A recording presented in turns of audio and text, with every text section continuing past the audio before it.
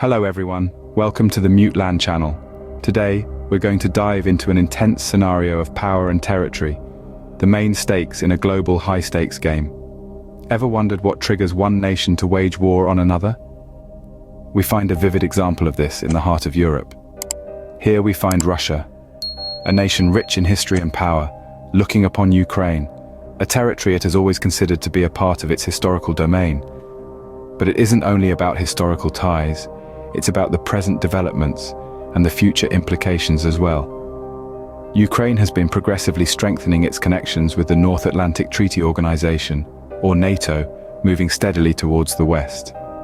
This shift doesn't sit well with Russia and has sparked suspicion and discomfort.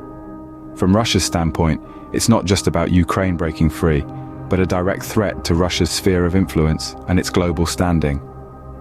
However, it isn't as straightforward as a territorial conquest or influence expansion. We're talking about a grand scale of international politics, comparable to a chessboard where nations both rule and are ruled, and every decision could potentially alter the course of history. This is a narrative of power, of control, and of shaping the world's future. Could the reasons behind such conflicts be deeper than mere territorial disagreements? The stage is set, the players are ready, and the game has begun. Let's explore the motivations, the justifications, personal influences, and the timing, bearing in mind that the impact of this high-stakes game extends far beyond the borders of the nations involved. So stay tuned till the end to uncover the main reasons behind the Ukraine-Russia war. When nations clash, justifications are often offered. But how credible are these reasons? When Russia invaded Ukraine in February of 2022, the world was left grappling with a single question: why? Vladimir Putin, Russia's president, presented a series of explanations that painted a picture of a nation under threat. One of Putin's chief justifications was the expansion of NATO into Eastern Europe. According to Putin, this was not a benign effort to foster peace and cooperation in the region. Instead, he portrayed it as an aggressive encroachment on Russia's doorstep, a threat that Russia could not ignore. But let's take a closer look at this claim. NATO, the North Atlantic Treaty Organization, is a military alliance formed to protect democratic freedom through collective security. While it's true that NATO has expanded since the end of the Cold War, with several Eastern European nations joining its ranks, it's also important to note that these nations have willingly sought NATO membership, often as a safeguard against potential Russian aggression. The notion that NATO's expansion is a threat to Russia is therefore rather subjective and debatable. Putin's second main excuse for the invasion was a portrayal of Ukraine as a Nazi-run state, a claim that, if true, would indeed be deeply concerning. However, there's a significant problem with this assertion. There's no concrete evidence to support it. In fact, Ukraine's leadership and political landscape are far from fitting the Nazi label. Ukraine's president, Volodymyr Zelensky, is a Jewish man who lost family members in the Holocaust, and the country's government is a democratically elected one, not a fascist regime. In light of the lack of evidence supporting Putin's justifications for the invasion, we're left to wonder, could there be other, less publicized reasons behind his decision to wage war on Ukraine? Could personal motivations and ambitions play a larger role than we imagine? In the grand chessboard of geopolitics, personal ambitions often shape the course of history. This is no truer than in the case of President Vladimir Putin. The Russian leader's motives are complex, rooted in a mixture of historical perspective, national pride, and a deep-seated desire for personal legacy. Putin, as many scholars suggest, views Russia not merely as a nation, but as a civilization that has lost its rightful place at the global high table. This self-perception fuels his ambition to restore Russia to its former glory, an ambition that could have driven the decision to invade Ukraine. This narrative is further amplified by Putin's perception of Ukraine. Historically, Ukraine has been an intrinsic part of Russia's national narrative, interwoven into its cultural, political, and religious fabric.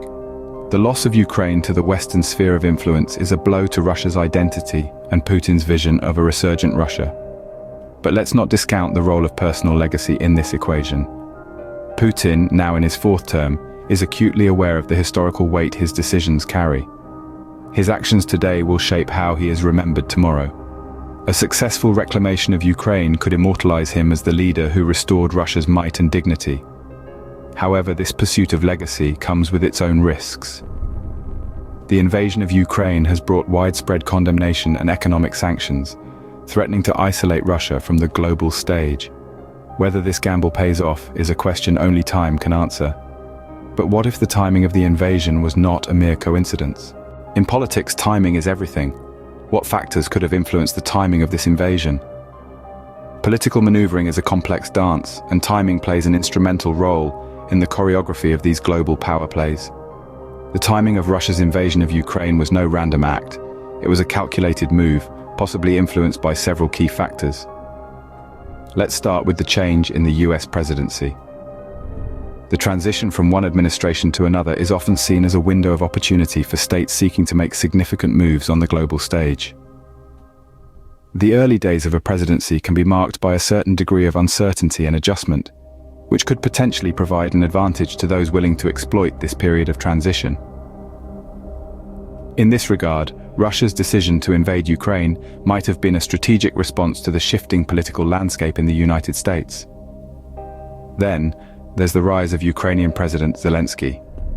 His ascendance to power marked a new chapter in Ukraine's political narrative, one characterized by a strong push for alignment with the West and NATO. This undoubtedly ruffled feathers in Moscow, where the prospect of a NATO-aligned Ukraine on Russia's doorstep was far from welcome. The decision to invade could have been an attempt to thwart Zelensky's ambitions and reassert Russia's influence over Ukraine. Another timing factor could be the arrest of one of Putin's allies. Political alliances can be a catalyst for drastic actions, especially when the balance of power is threatened. The arrest could have been perceived as a direct challenge to Putin's authority, prompting a response that was as much about asserting dominance as it was about territorial gain. But let's not forget about the broader geopolitical context. The world was still grappling with the aftermath of a global pandemic, a crisis that had significantly altered the dynamics of international politics. Perhaps Russia saw in this global upheaval an opportunity to advance its agenda under the cover of a distracted world. However, the consequences of this conflict extend beyond Russia and Ukraine. The global implications are far-reaching. Every war has ripple effects, but how is this conflict impacting the world at large? When we cast our gaze across the globe, we see a complex web of interactions shaped by this conflict. On one hand, we have China, a global superpower, continuing its trade with Russian defense firms despite the latter's actions. State-owned Chinese defense companies haven't flinched from trading with their Russian counterparts, even as the world rallies to sever ties with Moscow. This ongoing trade includes items like helicopter parts and air-to-ground radio equipment. While these exchanges may not directly support Russia's war efforts, they signify enduring relationships that could be leveraged for more direct military aid in the future. It's a development that has certainly caught the attention of Western officials. On another front, Israel's stance on the conflict is evolving. Historically, Israel has maintained a strict neutrality in the Russia-Ukraine conflict. However, the winds of change are blowing. The return of Netanyahu to office has seen a shift in Israel's policy, marked by a less cordial approach towards Putin. This shift could be attributed to several factors, including Russia's reduced forces in Syria and the opportunity to supply Ukraine with defense systems. The latter could provide valuable insights into their effectiveness against Iranian weapons. This change in Israel's stance could be an attempt to curry favor with Washington, especially given the suspicions surrounding Netanyahu's new coalition government. Meanwhile, the potential for the conflict to escalate further looms ominously. As Russia continues its aggressive stance, the world watches with bated breath. Every new development, every shift in alliances, every change in policy has the potential to either inflame or quench the conflict. It's a delicate balancing act on a global scale. As we ponder the reasons and repercussions of this war, we realize that understanding the nuances of geopolitics is an ongoing journey. So we return to our initial question: what drives a nation to wage war? As we've navigated through this intricate web of geopolitics, we've uncovered several layers of motivations behind the Russia-Ukraine conflict. We've talked about the historical provocation, Russia's assertion of power, and the perceived threat of NATO's expansion. We've delved into Putin's personal motives, his desire for historical reverence, and the legacy he wishes to leave behind. We've also examined the strategic timing of the invasion, influenced by the shifts in global power dynamics. We've seen how this conflict has reverberated globally, affecting alliances and trade relationships, and even causing shifts in established neutrality stances. It's a chess game played on the world stage where nations are the chess pieces and the players are driven by a complex mix of power, pride, fear, and ambition. In the grand scheme of things, no single answer can fully explain a war. Yet, by delving into geopolitics, we gain a broader understanding of the forces that shape our world. Thank you for taking the time to watch this video until the end. We hope it has given you some insight into the complexities of geopolitics and the forces that shape our world. If you enjoyed this video and want to see more content like this, please consider subscribing to our channel. Your support helps us continue to create informative and engaging content. If you have any thoughts or opinions on the Russia-Ukraine conflict, or if you'd like to suggest topics for future videos, please leave a comment below. We value your input and enjoy engaging in discussions with our viewers. Remember to hit that like button to show your support and help us reach more people.